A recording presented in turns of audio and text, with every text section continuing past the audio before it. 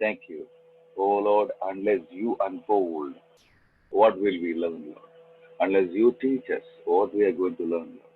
Unless you lead us where we are going to go, Lord. Unless you talk to us, how will we move further, Lord? We need your word. We need you every moment, every moment. You are our strength, our hope, everything you are, Lord. We declare unto you, Lord. Thank you, Jesus. Thank you. The glory goes to Jesus' name.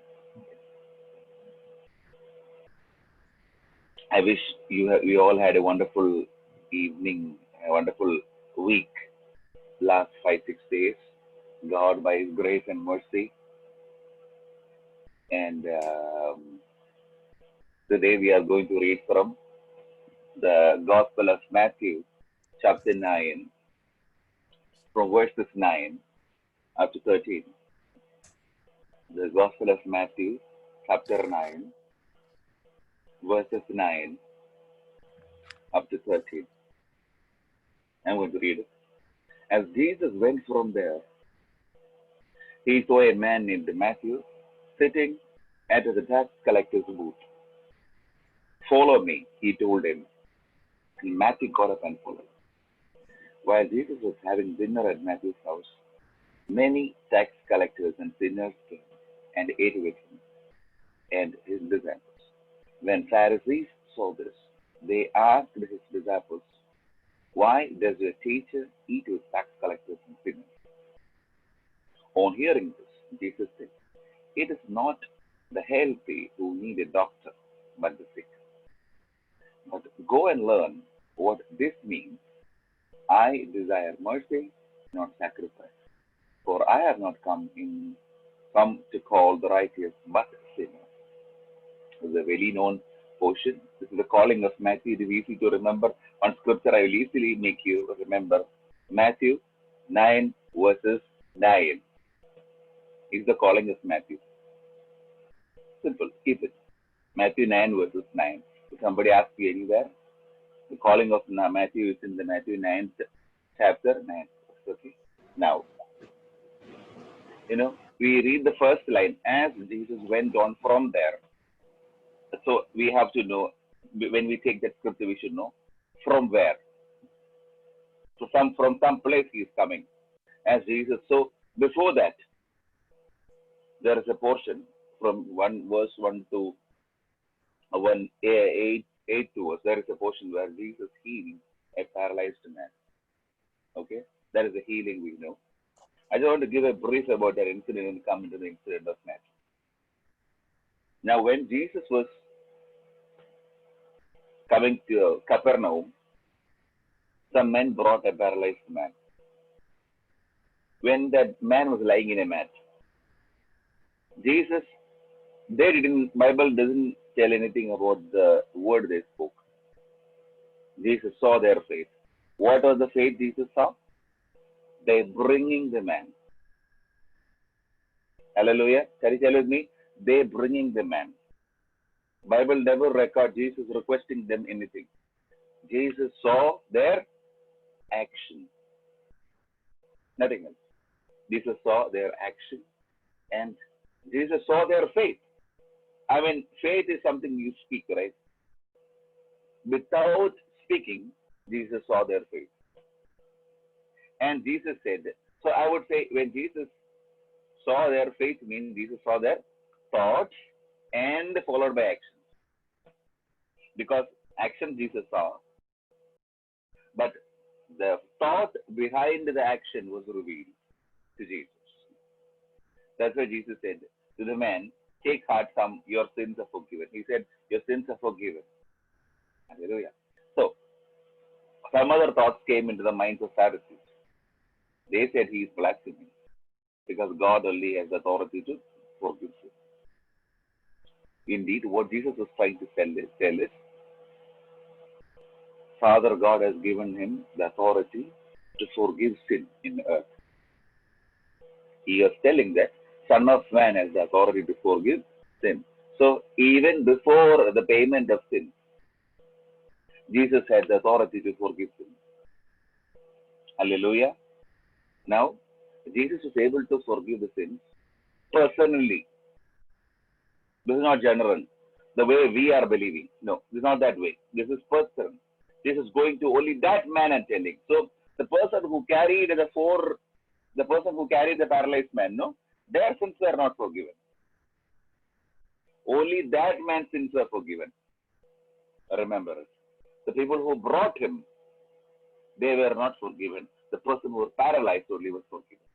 So it is personal, or as I told in the previous meeting, Jesus was there was a personal transfer. That's why the Bible says he was bearing the sin. He bore our illness. He bore our disease. So from that I understand that when Jesus saw the paralyzed man, the paralysis came upon Jesus. Healing came upon man. Okay, because he was, as I told last week, he was collecting every illness. Because unless you collect, how can you carry? Because Bible says he carried our sins, right? How can you carry? What does the postman do? He collects every letter and carry to the post office. So before giving, he should collect. So Jesus was collecting from the paralysis man. Hallelujah. Can you tell with me? Jesus is a sin collector. Jesus is a sickness collector. Jesus is a curse collector. Bible says he became curse for us. How did he become curse? Because he collected the curse. Hallelujah. He didn't have any sin in him. Still, he carried our sin and became sin for us. Whatever he carried gave him the designation. Though he was not a sinner, he carried sin for us and he became sinner or the sin for us. In the same way, though we do not carry our own righteousness, we carry his righteousness and God calls us righteous. Same way, righteousness was not designated for us. Still, when we believe in the Lord Jesus, it comes to us and we are called righteous by God Almighty. The same principle. So Jesus carried every sin. Jesus was a sin. So Jesus would take heart. He saw the faith. He told, your sins are forgiven. So some people told, you are blaspheming because only God has authority. Jesus was telling, I am the God standing in front of you. I am the God in human form standing in front of you. So Jesus said, which is easy? Is it your sins are forgiven or is it healing is easy? Actually, for the Lord, we believe Lord can forgive our all sins. But it is difficult for the Lord to heal all diseases. No. You know, actually, that forgiveness of sin is the toughest thing, actually. Because forgiveness of the sins, because before itself also, the Lord has healed many people in the Old Testament. But not anyone were forgiven. Jesus said, God Almighty said, I will visit their sin, their 10th generation. So, payment of sins is costly than healing.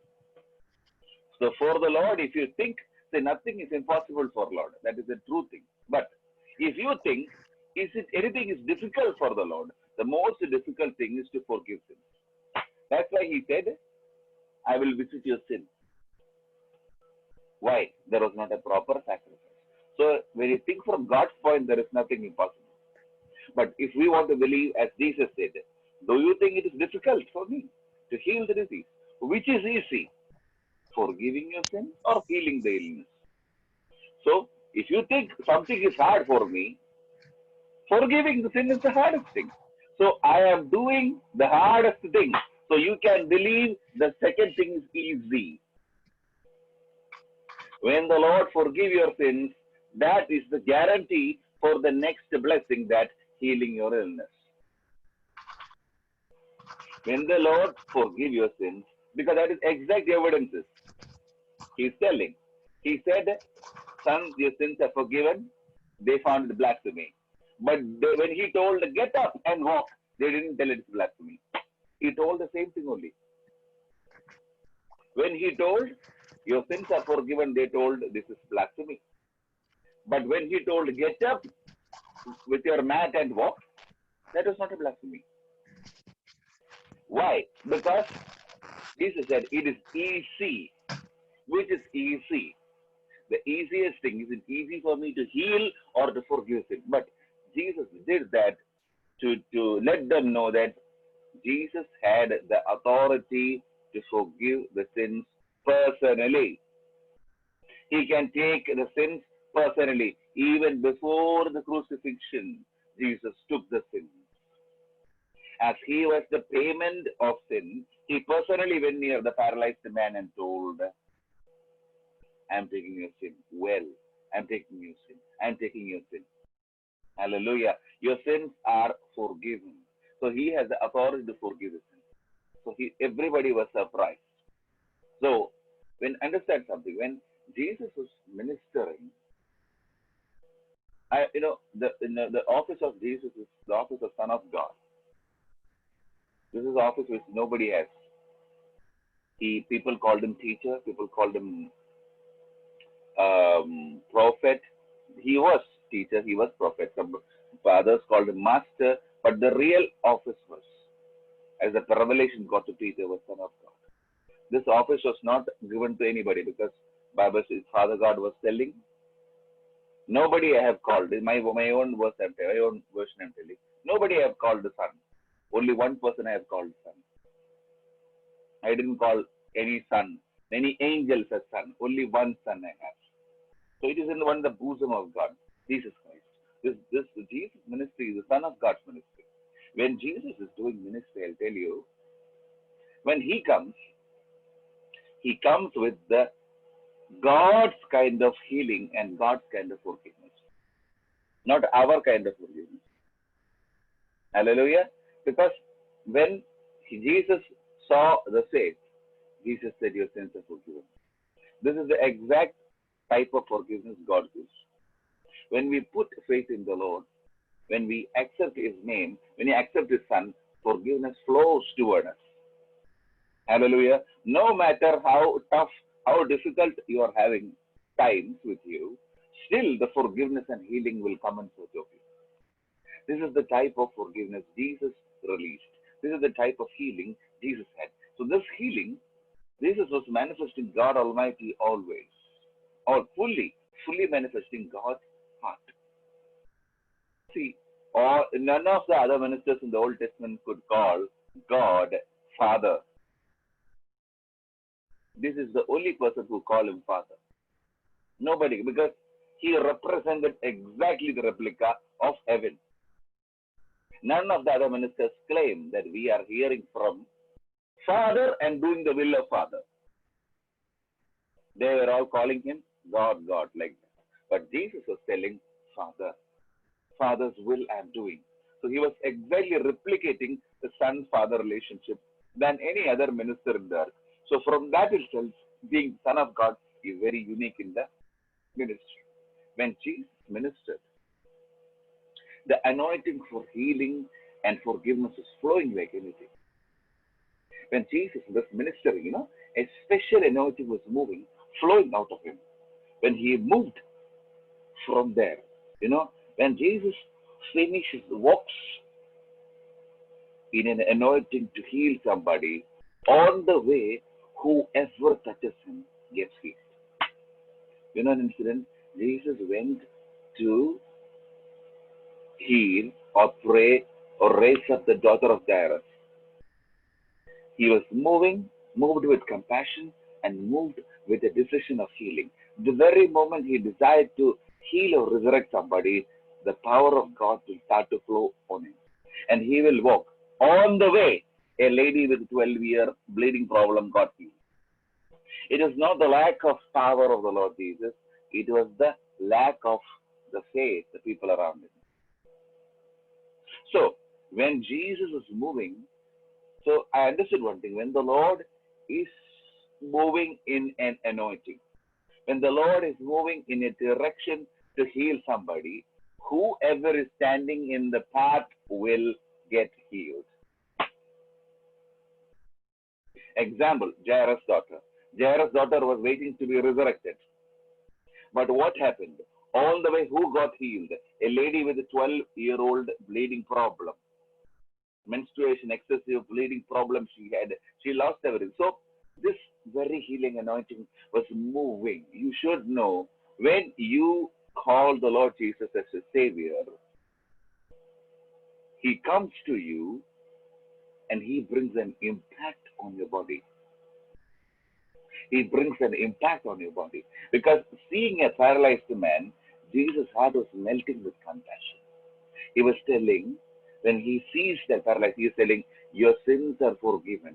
So when a person meets Jesus, the first thing the Lord looks is,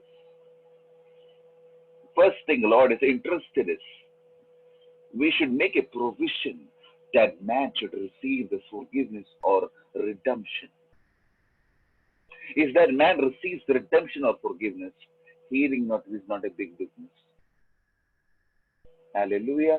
If forgiveness and healing, forgiveness and redemption, or forgiveness of sins and redemption enters into a man, healing will flow automatically.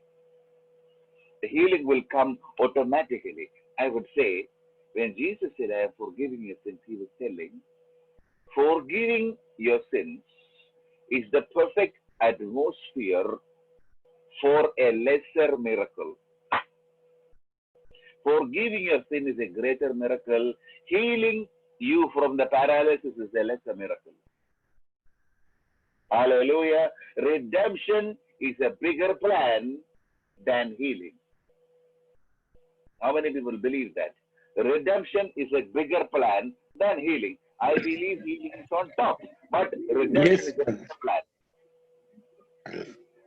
When God has a bigger plan for you, the smaller plans will automatically manifest.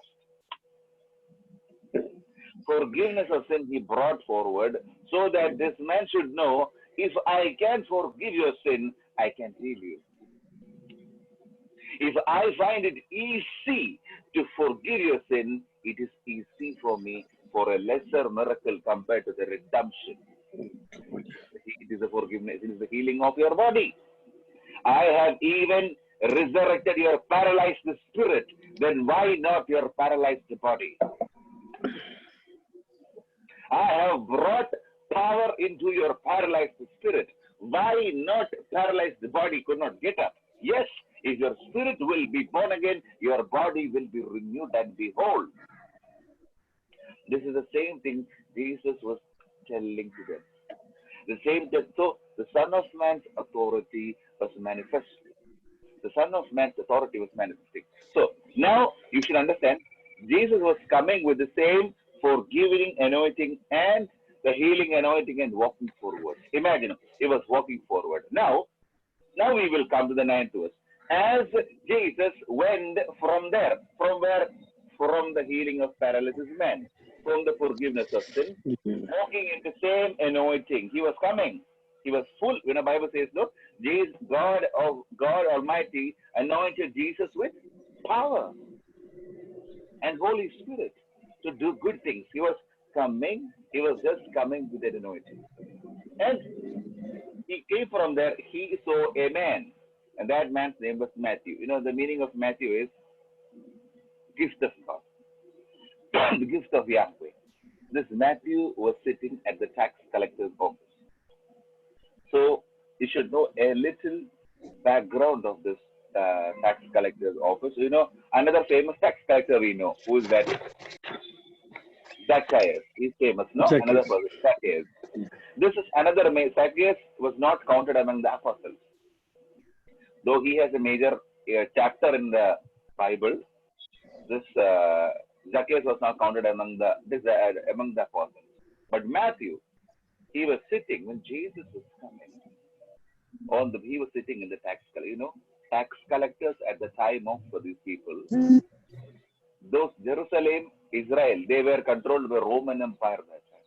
So tax collectors means they are actually Jews. They are actually people who collect tax from the Jews. They are the citizens of that place, but collect tax from them and give it to Roman people. So what happens is, tax collectors, they actually are rich people. You know Zacchaeus, no? He told he will give three to fold, fourfold when he was repenting. That means Zacchaeus was rich. So in the same way, Matthew was also having enough money. He was also a rich man. My assumption is from the records of the history, what I understand is Matthew had enough money because tax collectors are one of the people who had enough money with them. Because why? Because they collected all the tax. They used to do any hook or crook to get the money from the people. Something they will do. They will not show any mercy. They will show exactly they are cutthroat people. They will get the money somehow and correctly at the month, date of the month, they will make payment to Roman Empire. So Roman Empire liked them a lot. They protected them. Even though they were citizens in the Jews hated them. Jews called them dogs. Jews called them separated. Jews called them outtrodden. Why? Because they were called as sinners by Jews. Many times. You know what was the sin they did? They sinners, they work against their own people. That is understanding Jews. That so they collected all the money. Now, in the language of Jews, a sinner is sitting. In the language of Bible, a person is sitting in the tax collector's booth, and he was sitting there and he was doing some work probably. So that time Jesus is fasting. You know, when Jesus is fasting, you should remember Jesus is coming after a healing service. Jesus is coming after a healing forgiveness service. He is coming in that anointing forward. That's what it is as Jesus went on from there. Jesus was coming with the same anointing, under the same leading of the Holy Ghost, he was coming. And he saw a man named Matthew, and he was sitting at the pool. And he said to him, "Follow me." The word was, "Follow me." And he told him, and Matthew got up and followed him. Simply, Matthew called up and followed him. See, there is a difference between somebody calling a person under anointing or simply calling you. Jesus Christ didn't call him simply. When Jesus called him, he called him under the anointing. Why I should say? Because, why I tell that? Because when Jesus said, "Follow me," the most appropriate response Matthew would have given is, he would have not come. He would have run away. Because what was the attitude of Zacchaeus? Zacchaeus was hiding or on top of a tree. He was standing there. He wanted to see Jesus, but he didn't never want to see Jesus to see him. Now, Matthew was sitting in a tax collector's office, and when Jesus was moving into the anointing, he saw whom? Our Matthew. Matthew was one among the tax collectors. They called him, probably if they called sinner, everybody would have called them also sinner because he was also collecting tax. And Jesus told, "Follow me." You know, when Jesus called, under the anointing, when Jesus called him, "Follow me," Matthew couldn't resist him. Bible says he got up and followed him. He didn't even ask anybody. He didn't, because a tax collector following the Lord Jesus is something like the last day you are working in that office. He just openly got up and walked. Because when Jesus calls you personally, "Follow me," that call is irresistible. That call is irresistible. You cannot resist that call, because when that call comes under anointing to you, you cannot resist that call. You will unknowingly follow him. You will unknowingly take his path. You will walk around behind him. You know, when Matthew went behind him, Matthew got up and followed the Lord Jesus. Exactly what Jesus said, he followed. And now, let us see the next step. What is the next incident? Now, Jesus is having dinner at Matthew's house. So, Jesus is the guest of Matthew's house. Now, when Jesus was there, Many tax collectors and sinners came and eat with Jesus. Now understand, there was only chance that Jesus would not have any invited any person in that place. I'm sure about it. Matthew would have given invitations. But today, one person called Jesus is coming to my home. You all should come and have food with us. Matthew gave invitation for everyone. And all his friends came and they had dinner with Matthew in Matthew's house. Okay? Now, my question is, my important observation which I felt in my heart is, none of these people were disturbed in the presence of Jesus. Sinners were comfortable in the presence of the Lord Jesus. Some people think God is disturbed in the presence of sinners. Hallelujah. Jesus was never disturbed in the presence. He didn't go to measure the value of Matthew's guest. He was sitting there and having the dinner with all of them. See, if somebody should have disturbed, that should be obviously Matthew and his friends. Why did Matthew call Jesus to home? Because Matthew felt this person is accepting me. Everybody is calling me a sinner, but here is a man who is accepting me. I will welcome him into my house. When Matthew accepted Jesus into home, Jesus didn't enter Matthew's home. Jesus entered Matthew's heart. Jesus entered into Matthew's heart. He came to live inside Matthew's heart. And Matthew was very joyful. And Matthew would have told, hello, you were called his friend. Hello, Mr. Andrew, come. Hello, Mr. Philip, come. Here is a person, who is talking with me, very lovely way. He is not looking who I am, but he is willing to sit with me. And people tell him he is the Savior. People tell him he is a prophet. Whoever he is a man of God. He is here. All of you come. See, when all of them came in the presence of the Lord Jesus, none of them felt condemned. None of them felt disturbed. None of them felt running away. Everybody was sitting there calmly eating their dinner. See, they were very comfortable in the presence of Jesus. See, I understood something. Two types of persons only will get disturbed in the presence of Jesus. Number one, demon-possessed persons.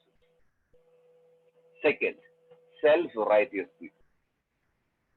These are the only category will get disturbed, because even sinners won't get disturbed. Why? Because when sinners meet Jesus, their life is going to change within a few seconds. Hallelujah. But when self-righteous people meet Jesus, we know what happened. We have a lot of verses in Bible. What happened? When people with self-righteousness meet Jesus, none of them receive salvation. Even demon-possessed people have more hope than self-righteous people. Demon-possessed people were at least delivered from the demon possession. Self-righteous people didn't receive any deliverance. So I would say self-righteous people are worse than demon-possessed people. At least the demon-possessed people got some kind of deliverance. They were freed from the demon possession. But you just imagine, whoever Pharisee, whoever Sadducee spoke to Jesus, they didn't receive any type of deliverance. So in fact, self-righteousness is tougher than demon possession. Self-righteousness is a stronger bondage than demon possession. Because even Jesus Christ himself, standing there, they could not receive the deliverance. If you cannot receive from Jesus Christ, from whom you are going to receive deliverance? If Lord himself, standing in front of you, is not able to deliver from the self-righteousness, who is going to deliver them? Nobody will deliver them. Nobody will be saving them. Now, here is a man. I was just thinking, in the anointing and the presence of Jesus, in the forgiving presence of the Lord Jesus, in the long suffering, forgiving, a healing presence of the Lord Jesus. None of them were disturbed. You know, when you share the Lord Jesus to some people, no? Some people think when you present the Lord Jesus to people, people may get disturbed. Don't think like that. All the people came for dinner happily. Everybody ate with Jesus. Nobody went back. So when you present the Lord Jesus to people, you are presenting, when you're presenting to the unbelievers, you are presenting the forgiving Lord Jesus and healing Lord Jesus. He is a forgiving God. You should tell them that Jesus is ready to come to have dinner at your home. Boldly tell it, because if he did for Matthew, he will do for the person, whomever you share. If he went to Matthew's house, why can't he come to Brother Goodman's house? If he can eat with Matthew, why he can't eat with David's brother? Yes, if Matthew is able to experience, we all are able to experience. If Matthew claims something, we can also claim that. Matthew is telling, my friends were never disturbed in the presence of Jesus. Sinners are never disturbed in the presence of Jesus. Sin is disturbed. Sin gets disturbed, but sinners are never getting disturbed in the presence of Jesus. When sinners and tax collectors, Bible clearly tells, many tax collectors, many sinners were coming and eating with Jesus. You know, for Jesus didn't find any difficulty to have food with them. He didn't tell, oh, you sinners are coming. How will I eat with them? I am God. I cannot eat. He didn't tell that. He sat there. He comfortably washed hands. He kept the plates. He ate.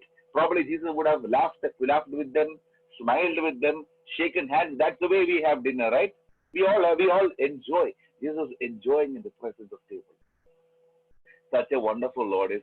He will become, if you invite him as a guest, he will become the host of your house.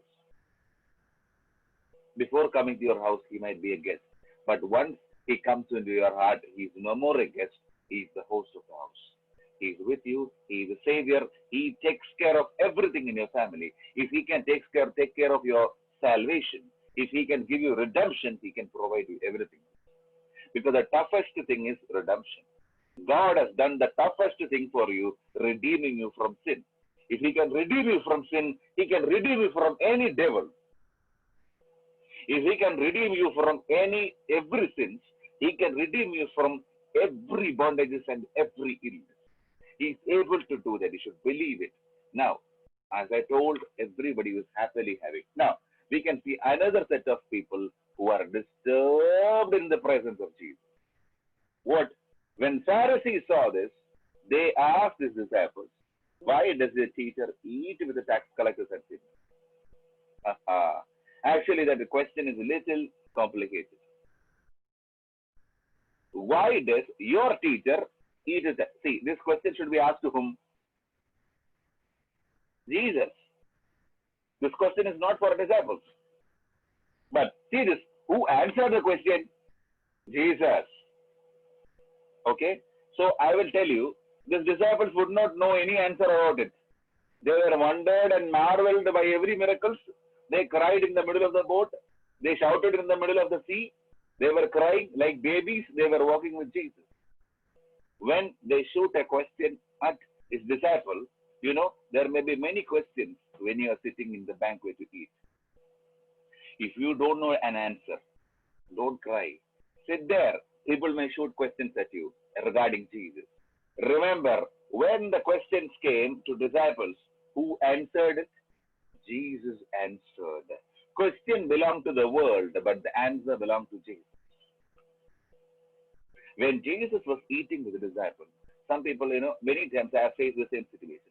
Many times, some people will ask some tough, weird question to me, which I don't have any idea. They think I know everything. But the truth is I don't know everything. Only God knows everything. I'm learning things from God. Now, when I tell them, they will laugh. They will tell, So you have read this much. You are better than us, but you don't know this answer. I tell, I don't know, dear brother and sister, I don't know. If I don't know that is my answer, right?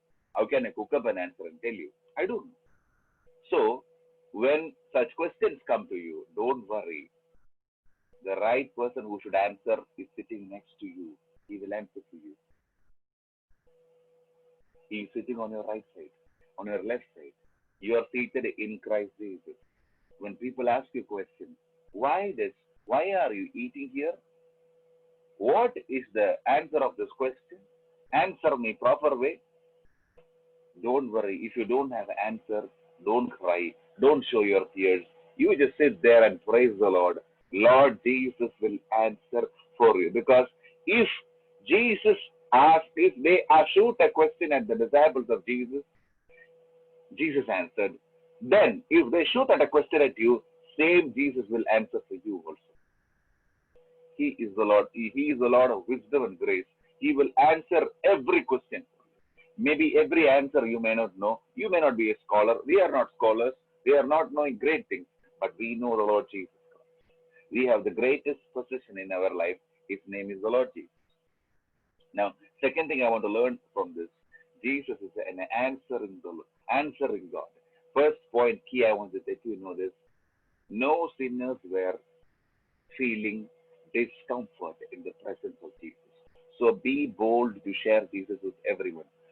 Jesus Christ is God Almighty. Don't think when you share about the Lord Jesus, when they will know this is a big God. No. Jesus Christ knows how to make them comfortable. Jesus Christ knows how to make comfortable. He made everybody comfortable. He didn't count the sins of Matthew and every tax collector there. He was comfortable there because he knows if any person meets me, he cannot be the same. He knew it very well. Jesus wants some time for them to come under the cloud of their anointing. He wanted them to sit in his presence. When they were dining with Jesus, unknowingly they were in the presence of Jesus. Hallelujah. When they were happily having food, when they were sharing the food with Jesus, when they were pushing the plate, taking the dinner, unknowingly they were communicating with Jesus.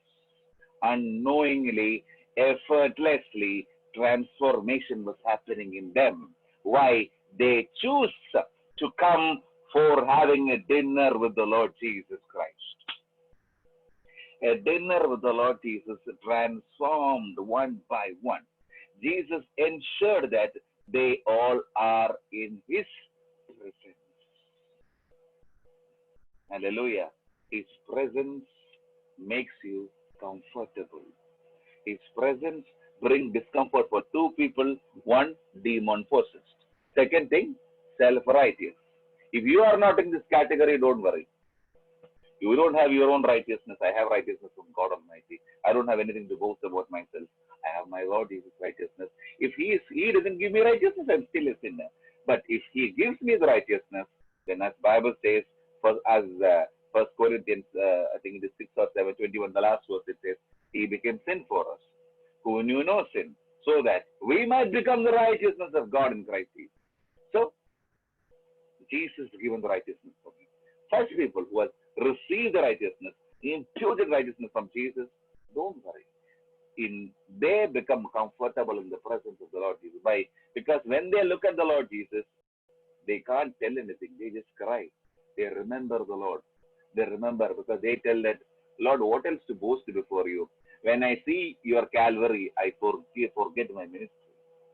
When I see your blood, I forget everything, Lord. I don't have anything to boast before. Nothing. Whatever, Lord, you have given me is your gift. I have received it freely. You are the giver. I am the recipient. I thankfully remember you. You don't have anything to claim in the presence of God. The only thing you tell, thank you, Lord. Praise you, God. Wonderful, Lord. These are the people who received the righteousness from the Lord. Imputed righteousness people pray in this way.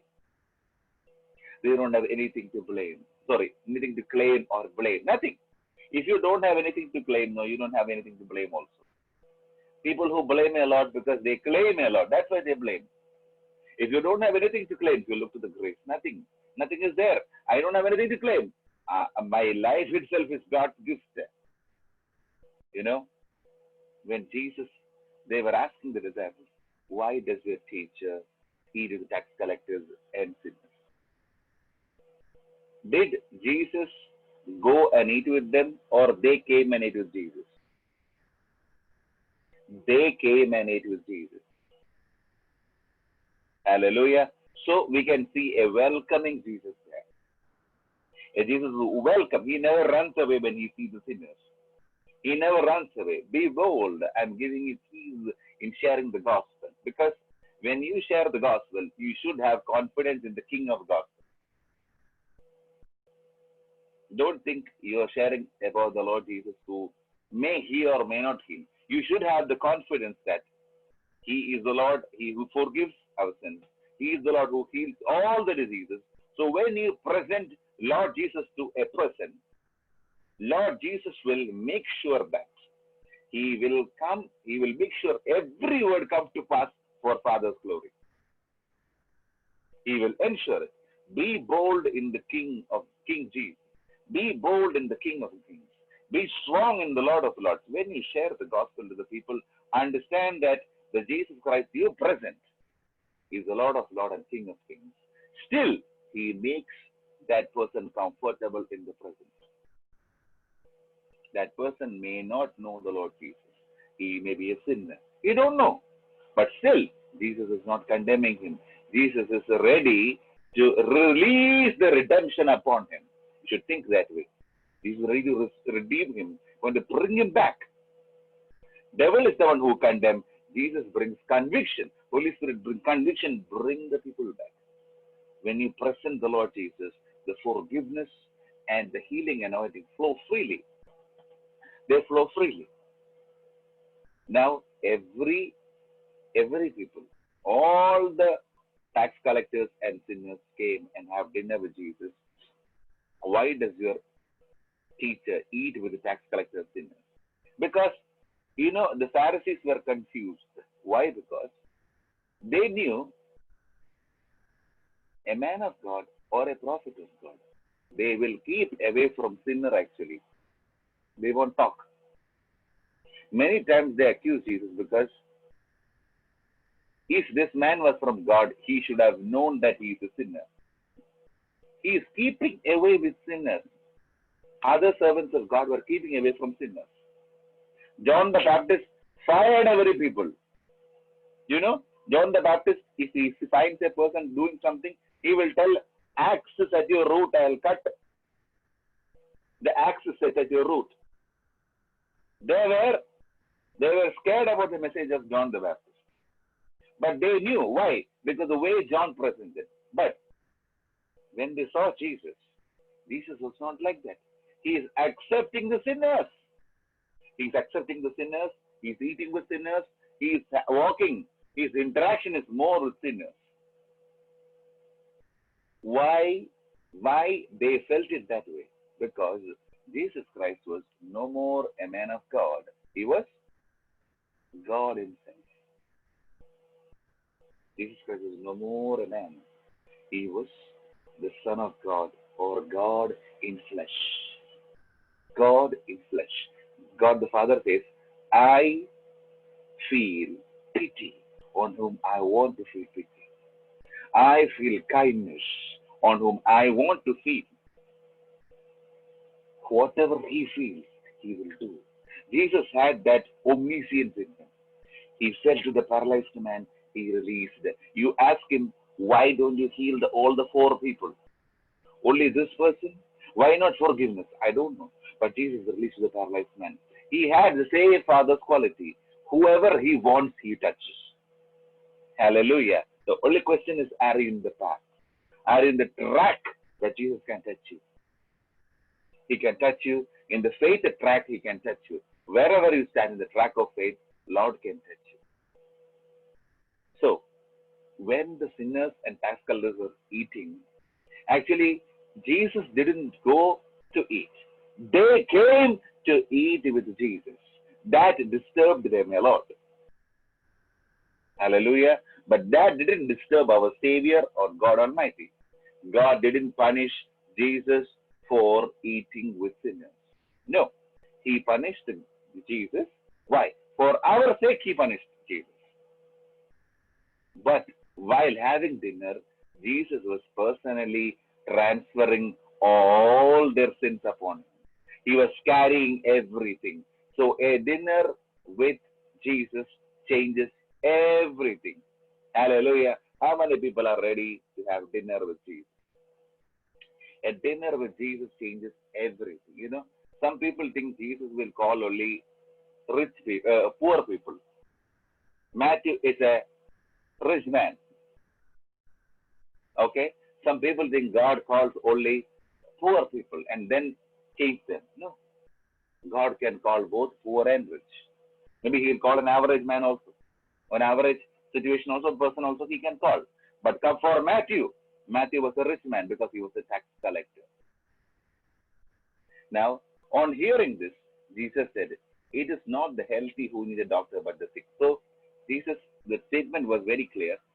It is not healthy who need a doctor, but the sick. That means all of them who were sitting around in that banquet service to have dinner were sick. All of them sitting were sick. Which was the biggest sickness they all had? Sin. Jesus is telling, for their sin, I am the doctor. For their sin, I am the medicine. If Jesus can become the doctor for your sin, He can become the doctor for healing you also. He's telling, that's why He's telling, it is not healthy who need. That means unhealthy people need a doctor. So all the unhealthy people were gathering there. And the only healthy person was sitting in the middle. Who was that? Lord Jesus. So when you come in the presence of the Lord Jesus, admit first you are unhealthy. When you admit that you are unhealthy, His health will flow into you. Your unhealth will flow to Jesus. Your sin will flow to Jesus and His righteousness will flow to you. Your curse will flow to Him. His blessings will come to you. All those people, by agreeing to have a dinner with Jesus, were agreeing that, Lord, we are unhealthy. We are sick and unhealthy. We need a doctor. They were telling, Jesus was telling, they are unhealthy people. You are healthy, but these people are unhealthy. These people are unhealthy people. They need. So Jesus was identifying Himself as a doctor for all their sin and sickness. So in turn, I'm telling, so when they were sitting for dinner, they were sitting unknowingly getting forgiving all their sins. They were getting forgiven all their sins, and Jesus' presence was healing all their disease. I believe every tax collector was touched that day. Every tax collector and sinner was touched that very day. You know, I will tell you, Matthew was called alone. Matthew made a decision in his heart. My house is no more going to be just for collecting tax. My house is going to receive the Lord Jesus. And when my house receives the Lord Jesus, I am going to have a big dinner. Jesus will be my guest and He will be in the middle. I will give Him food. He will see all the people. And my house is going to become a miracle healing center. Hallelujah. Matthew's house turned into a big forgiveness convention center. Matthew's house turned into a redemption convention center that evening. Everybody who came for the dinner were touched because Jesus said that it is the unhealthy who need doctor. That means, He was telling the Pharisee, Pharisee, look, these people are unhealthy. But within few minutes, They are going to be perfectly healthy. And they will know I am their doctor. I will meet all their needs. Such a wonderful Lord we have. Such a wonderful, praise God. We have a Lord. You should admit. I will tell you, there are certain areas in our life we have weaknesses. You know, we are complete in the Lord Jesus Christ, in the sight of God. We are perfect and blameless and holy in the presence of God. Still, we may have some weakness which we cannot tell to anybody. All of us have. We admit or not, all of us will have some weakness in one area. Because Apostle Paul was telling, in my weakness, your grace is made perfect. That means he had a weakness. Some weakness everybody has. In that weakness is a particular area. Only Holy Spirit can help you. No man of God can approach that area. If you how much you pray also. How much you pray also, some man of God cannot come and help you that area. Why? Because God wants you to trust Him in that place. Complete trust. Only God can deliver you from. I know people who are hearing me understand what I am telling you. Only you know that secret area. Only you know that secret weak area. Only you know that weak spot. God knows that spot. But He never exposes you, bring you out of it. When you have that weak area, you would have prayed for many years. Many men of God would have prayed for you. That particular area may not receive a deliverance because in that area, I believe the Lord wants to act upon. Lord wants you to trust Him fully that you receive something directly from Him. There are some areas in our life where God won't allow any man, any apostle or prophet to touch. Some areas won't leave us. Some areas we will be stuck where no apostle, no prophet can deliver, no evangelist can deliver you. Why? Because that areas are not planned to be delivered through a man. It is for the direct delivery from Holy Ghost. Hallelujah. How many people are getting? In certain weakness in your life. See, God is the strength for all our weakness. I admit it. But there are certain secret weakness all of us may have. In that way, I tell you, in that weakness, in that secret weakness, in that area which we cannot come out, no man, no apostle, no prophet, no strong man of God can help you in that area because God has kept that weak area to be strong by trusting in Him so that you can be fully strong in the Lord. You can minister because your weak area is the very same area which is going to be turning a blessing for your ministry. Wherever you are weak, that is the exact area God will use you in future. Hallelujah. If you are weak in a particular area, that area God will build with His strength and He will use you in the future for your ministry. I felt suddenly to tell you, it is the sick who need a doctor, not the healthy. It is the unhealthy. So all the unhealthy people, all the tax collectors. See, I was just imagining when the fishermen, many category people were with Jesus in the disciple group. One were fishermen, fishermen, all Peter, Andrew, all fishermen. When Jesus saw fishermen, what was the word He told? Till yesterday, you were fishermen, catchers of fish. But tomorrow onwards, you will be catchers of men. So I believe to Matthew he would have told, till yesterday you collected tax. From tomorrow you shall collect men to the kingdom of God. Hallelujah. Matthew was transformed by the power of the Lord. Nobody was approaching Matthew to transform. Jesus gave a direct invitation to follow Him. Matthew followed Jesus. Since Matthew followed Jesus, from the following Jesus, he invited some people. And they came and they followed Jesus. Matthew followed Jesus. Following Jesus was welcoming Jesus in the home. The result of following Jesus is at your dinner. He is your host. When he is there at dinner, you know very well. You know why your house should be prayer houses.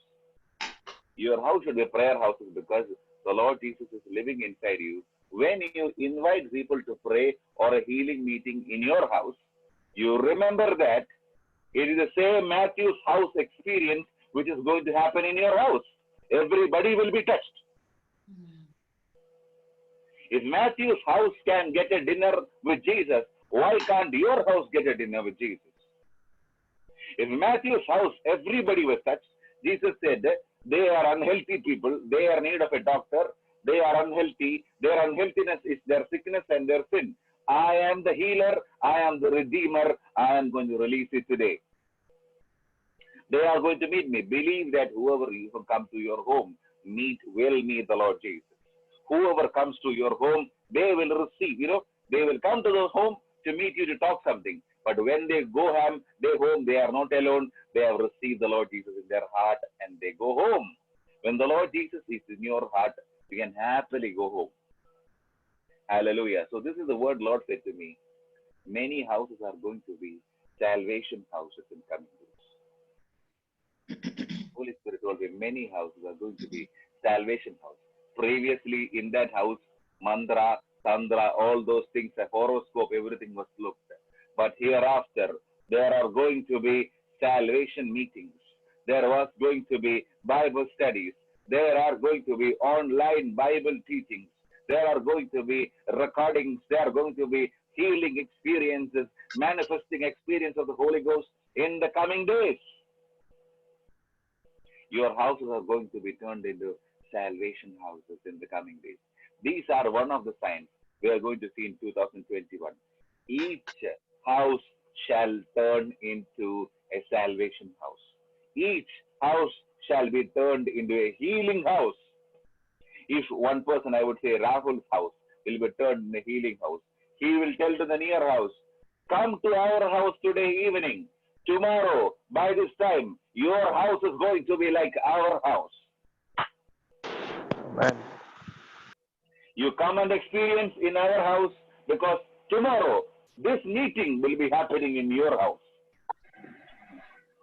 The Matthew's experience will come to all of us. And Jesus said, but go and learn what this means. I desire mercy, not sacrifice. Hallelujah. I've seen when the people, I've seen when people pray, when people pray for something, even believers, when they pray to the Lord, they want God to deal with them on the basis of grace, mercy, and on the sacrifice of the Lord Jesus. They want people to meet God to meet them like that. But when others pray, when we look at others' prayers, we think God should do justice. For us, when we pray, we want grace and mercy. When others pray, we want God to do justice and righteousness. Dear brothers and sisters, if God has mercy for you, God has mercy for other person also. If God has grace for you, He has grace for other person also. He is not a God of injustice. Yes. Not of any person.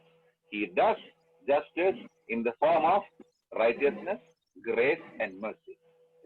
This is the form He does. Through Jesus, He has fulfilled the justice needed. Now, Jesus desires mercy. When we see believers, let us not lord them with many things. Don't lord them with so many things. Bring the simple message to them. Bring the gracious message. I would suggest even, you pray when you meet a person, you pray the Holy Spirit use you, give them a particular word. It may be a word of wisdom. It may be a word of wisdom. It may be. See, you don't need a word of wisdom. You don't need a word of knowledge or a gift of prophecy to share a gospel. No need. You can share the gospel. But when you have such a gift along with you, what happens is it accelerates the speed of gospel. Hallelujah. Gospel itself is powerful. But along with it, if you have a prophetic, if you have a word of wisdom, if you have a word of knowledge, that opens the door for gospel. Hallelujah. So pray for that. When you receive the people, do not lord them with the doctrine. Don't give them doctrine. Give them person of Jesus. Give them the personality and person of Jesus. Let them learn from the Lord. That's why Jesus said, learn. This verse is from, I think, Hosea chapter 6, verse 6. But go and learn what that means. I desire mercy, not sacrifice. From Hosea 6, 6. So he said to the Pharisees, go and learn from Hosea 6, 6. But to his disciples, he said, learn from me. Hallelujah. They have to search from Hosea 6, 6. You have to learn from Jesus Christ. If you want to know the real mercy, look to the Lord Jesus. The mercy overflowing. So let us not burden the people with a lot of doctrine. Let them be filled with the presence of the Lord Jesus. Let them know the Lord Jesus personally. Let them be free in the presence of God. Let them pray and enjoy the presence of God. Lead them to introduce Holy Spirit to them. Introduce Jesus. Introduce Bible, epistles to them. Talk to them gospel in the way and tell them God is a forgiving and healing God. Tell them very, very clearly that God accepts sinners. So now I am winding up four points. First one, Matthew gives us God when he was called. He followed Jesus. When he followed Jesus, the result was his house is open to Jesus. When you open his house, the evidence is your heart is open to a person. When you call a person for dinner, it means you love that person. Am I right? You don't call enemies for dinner, right? You call friends for dinner. When you call somebody for dinner, either you call them because of authority or the love. Jesus was called because Matthew was surprised by the love of Jesus. Matthew was surprised by the acceptance of Jesus. Jesus accepted him. Jesus accepted Matthew because Matthew didn't know that he's going to be an apostle. No idea, because he's in the tax collector side. So Jesus called him. Matthew opened the house for Jesus. Jesus entered the house. Now, what is the evidence of change in Matthew? Matthew called all his friends to Jesus. He started sharing about him, Jesus, to the friends.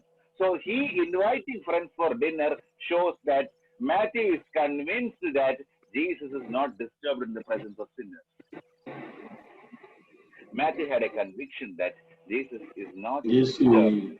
When sinners come, Jesus will not run away. He will stay there and he will heal everyone. Number one. So it gives confidence to you, everybody to invite to the gospel. Second thing, when he was sharing, Jesus was eating with everybody. What was happening? When Jesus was eating, he was telling that I am willing to partake dinner with them. I am ready. Because when they were at the table, they were not simply eating. They were dining with the Lord of the Lords and King of Kings. Unknowingly, effortlessly, in the presence of the Lord Jesus, they were transforming. When you have a habit of eating with the Lord, when you have a habit of walking, eating, sleeping, talking with the Lord, unknowingly, you will be transformed with image. It will be happening spontaneously. It will happen because you will like what he likes. You will hate what he hates. You will eat what he wants you to eat. You will be leading in the way he wants to go.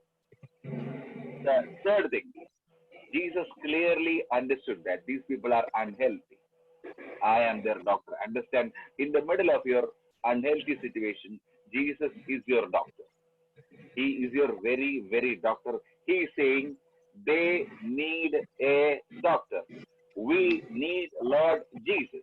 When you have the Lord Jesus, all your unhealthiness will be turned into health. All your sickness will be turned into health. All your curse will be turned into blessing. If your eternal hell can turn into eternal redemption, everything is possible by God. Hallelujah. Now finally, Jesus wants us, our hearts and our houses to be houses of mercy. Let us release mercy to many. Let's bring many to Jesus. Let the forgiving and healing anointing flow through people. Forgiving and healing anointing flow through the people. When we see, I will tell you one thing. If you see a person who already has accepted Jesus, it is better that we don't share much things to them. You find a person who doesn't know Jesus at all, because they know about the Lord Jesus. If you want to build them, it's okay. You build them. But Don't worry if they tell something which doesn't go with your understanding, which doesn't go with your knowledge. It's okay. It's okay to disagree. But I will tell you, the most important thing is, Lord is looking for the people not who are roaming inside the campus of believers. The Lord wants somebody outside the campus. You should find persons. There are a lot of people who doesn't know the Lord Jesus all over the world. Find those people. If you find a person, he tells, I have received the Lord Jesus as my Savior and I am baptized. Okay, well and good. Guide him. If you get another person who don't know Jesus at all, give more importance for that person, because that the first person you met, that soul is saved. But second person, unsaved person, the burden should come into your heart. Hallelujah. Spend time for that person. Because Bible says it is the sick who need a doctor. These people, when they came to Jesus, they have received the Lord. Lord is there to lead them. Holy Spirit is there to lead them. Lord will lead them. But there are another people who are going astray. Nobody is there to help them. Go for them. There are people who are unreached. Reach them. There are lots of people around you. Do not go, and it is better not to go and try to challenge or compete with any other minister or any other believer. Don't spend or waste your time like that. You find a person who doesn't know Lord Jesus.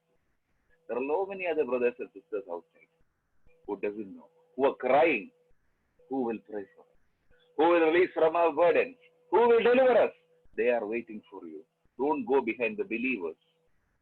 Don't go behind some other believer and try. No need to go. There are lots of unbelievers, poor, pavam people outside who don't know gospel. Go for. I remember when I was in Kerala, some people gathered together to pray or something. It was started with a prayer. But once prayer finished, they started Bible study. Slowly, that Bible study, I felt disturbed because finally that Bible study was turning into some kind of some gossip meeting. That what is that minister's opinion? They were discussing each minister's opinion and almost they forgot there was a Bible study. And I felt in my heart that Holy Spirit was giving me a leading. There is a person standing in the first floor wearing a white shirt in the front of a tire shop. Go and share gospel. I just got up from there and went below. There was a tire shop, I knew that already, but I didn't know a man with white shirt was waiting. A man with a white shirt waiting there was sharing and came to change the tire. He came there and I went there, and God, initially I had difficulty, but God opened the door to share gospel with him. Lord wants you to stay out of vain arguments, stay out of unnecessary things, stay out of heated arguments and these things. Stick with the love of Jesus. Be stuck with the gospel. Carry the gospel everywhere. If believers are gathering, if the people who are gathering, all of them are believers, they know enough, okay, let them have it. But we are focusing on people who don't know, because Bible says it is the unhealthy who need a doctor. Lot of unhealthy people are waiting outside. They need Jesus. When you have Jesus, invite all of them. Invite them to the banquet service. Invite them and go and meet them and share the gospel in the middle of unbelievers, that the glory of God manifests. Let this Matthew's life be an example for you. God is never disturbed in the presence of sin. The dealing with Jesus, the dinner with Jesus, transforms your life. It will effortlessly transform the transfer of sin and right so to his account and righteousness to your account. And it is Jesus is your doctor. He can heal all your diseases. He keeps you in perfect health wherever you go. Don't worry to introduce Jesus to anyone. If you tell Jesus will heal you, he will heal. Don't worry. Jesus will, because you are telling that you are telling his name and telling Jesus will heal you. He will get the job done. And let your house become open to many unbelievers. Receive them with mercy. Show mercy to them, because if God would not have shown mercy to us, imagine what will be in our condition. God showed mercy to us. Let us release the same mercy to unbelievers. Show them. They may not have spiritual growth to your level. So, show mercy to the people who have less spiritual growth than you. You may become frustrated when they talk to you. Show mercy, show forgiveness, show the love of God to them. Let them grow in the Lord Jesus. God bless you with this word. Having made known to us the mystery of his will, according to his good pleasure, which he purposed in himself. Ephesians chapter 1, verse 10. That in the dispensation of the fullness of the times he might gather together in one all things in Christ, both which are in heaven and which are on earth in him. Ephesians chapter 1, verse 11. In whom also we have obtained an inheritance, being predestined according to the purpose of whom, who works all things according to the counsel of his will. Ephesians chapter 1, verse 12. That we who first trusted in Christ should be to the praise of his glory. Ephesians chapter 1, verse 13.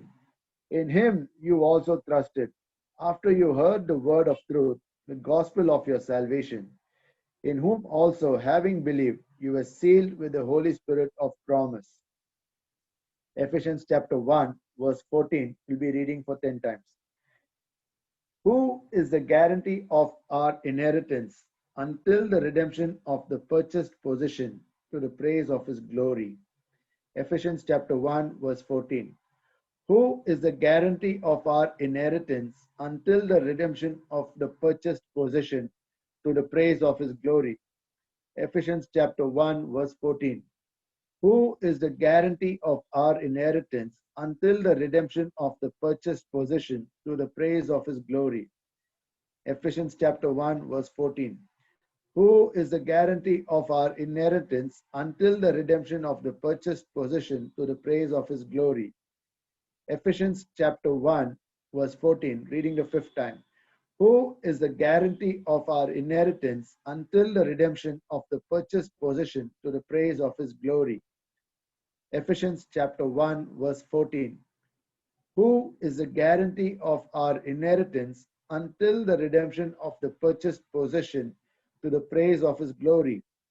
Ephesians chapter 1, verse 14. Who is the guarantee of our inheritance until the redemption of the purchased possession to the praise of his glory. Ephesians chapter 1, verse 14. Who is the guarantee of our inheritance until the redemption of the purchased possession to the praise of his glory. Ephesians chapter 1, verse 14. Who is the guarantee of our inheritance until the redemption of the purchased possession to the praise of his glory. Ephesians chapter 1, verse 14, reading the last time. Who is the guarantee of our inheritance until the redemption of the purchased possession to the praise of his glory. Amen. Amen. Amen. Amen. Amen. Thank you so much, Brother Conway, for reading. Praise the Lord. Like I said, please join us this evening at 3 o'clock. We're going to have a lot of sessions in the evening, different speakers, and all of you can share about the name of Jesus, and it's going to be amazing. So thank you all. Thank you. God bless you, and have a wonderful day. Brother Conway, Brother Goodman, which is the version you are using? I'm using New King James. Oh, New King James. Okay, thank you. Okay. It's not coinciding with the. That's why. Thank you. Oh, thank you. Another Sorry thing I for wanted to interruption. discuss about, I hope all of you have downloaded the app called YouVersion Bible. Yes, I am. Have you all downloaded YouVersion Bible in your phone? And like I said, YouVersion is where you can find all the different versions. In different languages, the Bible in different language, where you can download the Bible and you can read it offline as well. And there are Bibles where you can, there'll be audio Bibles as well in different versions like Amplified, NIV, KJV, NKJV, ESV, Good News, and all that. You can listen. So I personally recently only got to know that, and trying to encourage you also, because if you are traveling, if you are doing any work, maybe you are in the kitchen, you're cooking, you just play your audio Bible and just leave it there. So it'll be still, because I heard a testimony of a friend of mine who got